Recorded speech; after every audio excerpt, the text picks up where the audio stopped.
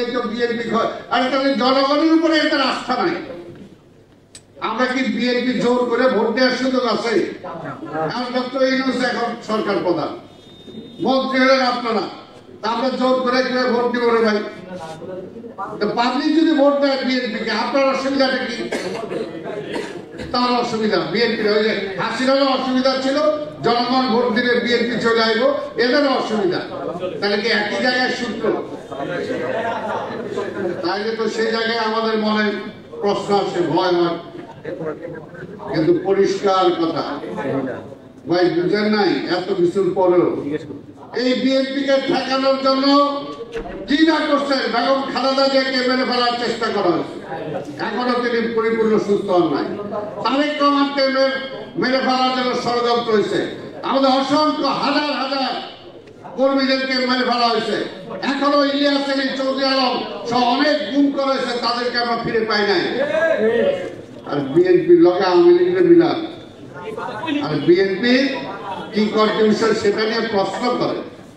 নিজেরা দেখেন 2 দিন আগে কি ছিলেন, 1 সপ্তাহ আগে কোথায় ছিলেন। এখনো জনগণ বিএনপিকেই প্রশ্ন করে, কিরে ভাই দেশটা কোথায় যাইতেছে? আপনাদেরকে প্রশ্ন করে। আপনাদের কালকে বাদে পরশু রিজাইন করে চলে যাবেন, কেউ আপনার ঠোকাও দিবেন আপনার দলে। কিন্তু বিএনপি সরকারে থাকুক আর বিরোধী দলে থাকুক, মানুষ এসে বিএনপিকেই জিজ্ঞেস করে। কারণ বিএনপির জন্মই দিয়েছে জিয়া রহমান এই দেশটাকে রক্ষা করার জন্য, গণতন্ত্রকে রক্ষা করার জন্য, স্বাধীনতাকে রক্ষা করার জন্য, মানুষের মৌলিক অধিকারকে রক্ষা করার জন্য। আর বিএনপি সেই দায়িত্ব পালন করছে। কে চাইলো কে চাইলো না তাতে কিছু আসে যায় না। বিএনপি দায়িত্ব পালন করতেছে, বিএনপি দায়িত্ব পালন করবে। আমরা করে যাচ্ছি। আর ওই যে বললাম ক্ষমতার লোভও বিএনপিকে দেখায় না, আর সেটার জন্য ধমকও বিএনপিকে দিয়ে দেয়। শুধু আওয়ামী লীগ না, আওয়ামী লীগের যে বন্ধু প্রতিবেশী, তারও বন্ধু আছে যারা বাইরে, এই সবার সাথে লড়াই করেই 17 বছর ধরে আমরা টিকে আছি।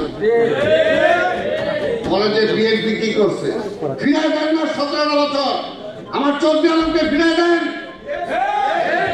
ইলিয়াস আলীকে ফিরে দেন, অসংখ্য শহীদ হয়েছে যারা তাদেরকে ফিরে দেন, গুম হয়েছে যারা তাদের ফিরে দেন, সেই মায়েরকে ফিরে দেন তাদেরকে। বড় বড় কথা বলেন। আজকে বিএনপির সাথে আওয়ামী লীগের মিলায়, মুখে মিলায়, আবার অনেকে সৎ বেশি সৎ হয়ে যায়। সতের নকশা আমরা দেখছি, কারা দখল করতেছে, কি দখল করতেছে, সবকিছু আছে। সব দোষ হলো গেলে বিএনপি। আরে ভাই, দখল করলে আপনার ধরেন না কেন? ক্ষমতায় আছেন আপনি, দোষ দেন বিএনপি। ক্ষমতায় আছেন আপনি, সেই পূজা মণ্ডপ পাহারা দিতে হয় বিএনপিকে। ক্ষমতায় আছেন আপনি, তারেক রহমানকে নির্দেশ দিতে হয়। খবরদার সারা দেশে কোনো অরাজকতা হবে না। 5 দিন তো পুলিশ ছিল না, পুলিশের দায়িত্ব পালন করেছে বিএনপি। পুলিশ থানায় বসার সাহস পাচ্ছিল না, বিএনপি লোকজন নিয়ে পুলিশকে থানায় নিয়ে বসাইছে। কারণ বিএনপি জানে বিএনপি দেশপ্রেমিক দল।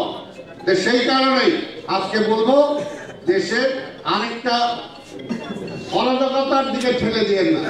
আমরা বুঝতে পারতেছি না, কয়েকদিন ধরে জনগণের মধ্যে একটা প্রশ্ন চলে আসছে, কিরে ভাই দেশটা আবার কোন দিকে যাচ্ছে, কি হচ্ছে, কেন আজকে এই অবস্থাটা?